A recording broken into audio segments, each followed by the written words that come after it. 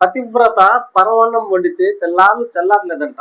మాకు అసలే అలసిపోయిన జీవితాలు, మాకు కొంచెం ఎంటర్టైన్మెంట్ కావాలి. మాకు ఓటీటీలో అన్ని చాలా ఉన్నాయి, అయినా కానీ మేము థియేటర్కి ఎందుకు వస్తున్నామంటే ఏదో చిన్న హోప్, ఆ హోప్ ని కూడా చంపేస్తున్నారు మీరు. సో ఈ పెద్ద సినిమా ఏ ఓటీటీలో వస్తుందని చెప్పేసి వీడియో లాస్ట్లో చెప్తాను, లాస్ట్ వరకు చూసి సబ్స్క్రైబ్ చేసుకుంటారా.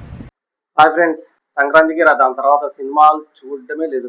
For long time after nearly 5 months పెద్ద థియేటర్ వెళ్ళి చూడడం జరిగింది. సార్, సుకుమార్ రైటింగ్స్ అంటారు కదా, మీరు ఏమంత పెద్ద పెద్ద గ్రంథాలు రాశారు, లేకపోతే ఏమన్నా పెద్ద పెద్ద చరిత్రలు నిలిచిపోయే స్టోరీలు రాశారు సార్. ఏం సార్ ఇది సుకుమార్ రైటింగ్స్? మీరు మీ రైటింగ్స్ లో ఎప్పుడైనా ఒక యాక్ట్రెస్ ని, హీరోయిన్ ని, అమ్మాయిని వాల్యూ ఇస్తున్నారా? మీరు వాల్యూ ఇవ్వకపోతే పెట్టద్దు సార్. హీరోయిన్ ఎందుకు పెడుతున్నారు సార్ సినిమాలో? మరి మీరేదో పెద్ద గొప్ప ఘనకార్యం చేసిన సుకుమార్ రైటింగ్స్ అని చెప్పేసి. ఫస్ట్ ఆఫ్ ఆల్, సినిమా ఇండస్ట్రీలో ఎవరైనా కావచ్చు, ఫస్ట్ సినిమాలు వచ్చినాయి. సినిమాలు వచ్చిన తర్వాత యాక్టర్స్ కావచ్చు, యాక్ట్రెస్ కావచ్చు, సైడ్ యాక్టర్ కావచ్చు, విలన్ కావచ్చు, కమిడియన్స్ కావచ్చు, ఎవరైనా కావచ్చు. సినిమా తర్వాత ఎవరైనా కాదు, వాళ్ళ తర్వాత సినిమా కాదు. దయచేసి మీరు హీరోని ఎలివేట్ చేయడం ఆపి స్టోరీని ఎలివేట్ చేయడం చేస్తేనే సినిమా అనేది బాగుంటుంది, నలుగురు చూడడానికి ఉంటుంది.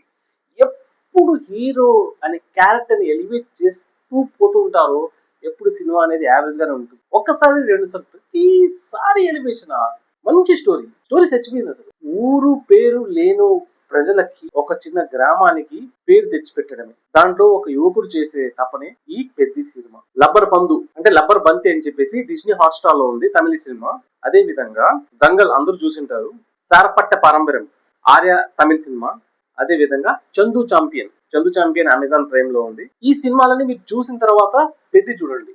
నేను చెప్పింది తప్పైతే కామెంట్ చేసి మీ ఇష్టం వచ్చినట్టు తిట్టండి సార్. సినిమా చూస్తున్నాం సార్, నేను కూడా ప్రతి దాంట్లో వేలు పెట్టి గెలగడమే, ప్రతిదీ లాజిక్ వెతుకుంటే సినిమా చూడలేము అసలు. సినిమా ప్రతి విషయానికి వస్తే జగపతి బాబు చాలా బాగా యాక్ట్ చేశారు, రామ్ చరణ్ గారు కూడా కొంచెం కష్టపడ్డారు, రెహమాన్ బ్యాక్గ్రౌండ్ మ్యూజిక్. మిగతా అంతా ఏం లేదు. దేని చూడాలి చెప్పండి మేము. అసలు ఈ సినిమాలో కుస్తీ అనేది అవసరమే లేదు, ఎందుకు పెట్టా నాకు అర్థం కావట్లేదు. ఎలివేషన్స్ కుటుంబం లాజికల్ చూసుకుంటే సినిమాని చూడలేము సార్. కరెక్ట్, ఓకే, ఒక చోట 2 చోట్ల అవసరం లేదు. కాకపోతే ఈ సినిమాకి మెయిన్ రీజనే ఊరికి పేరు తేవడం. వాడు వచ్చి ఏలు పెట్టి, ఈడొచ్చి ఏలు పెట్టి, అందరూ ఏలు పెట్టి ఏమవుతుందో మొత్తం బొక్కలే పడతాయి, కానీ సినిమా జరగదు. మీరు ఇంకో చూడొచ్చు, పర్వాలేదు. ఎంత అనుకున్నా కానీ రా, స్టోరీ అనేది లేకపోతే నువ్వు ఎంత పెద్ద స్టార్ ని పెట్టినా గానీ, మల్టీ స్టార్ పెట్టినా గానీ పడుకోవాల్సిందే. దయచేసి సినిమాని బతికించండి రా. Signing off, dugout reviews. So Peddi will be available in Netflix.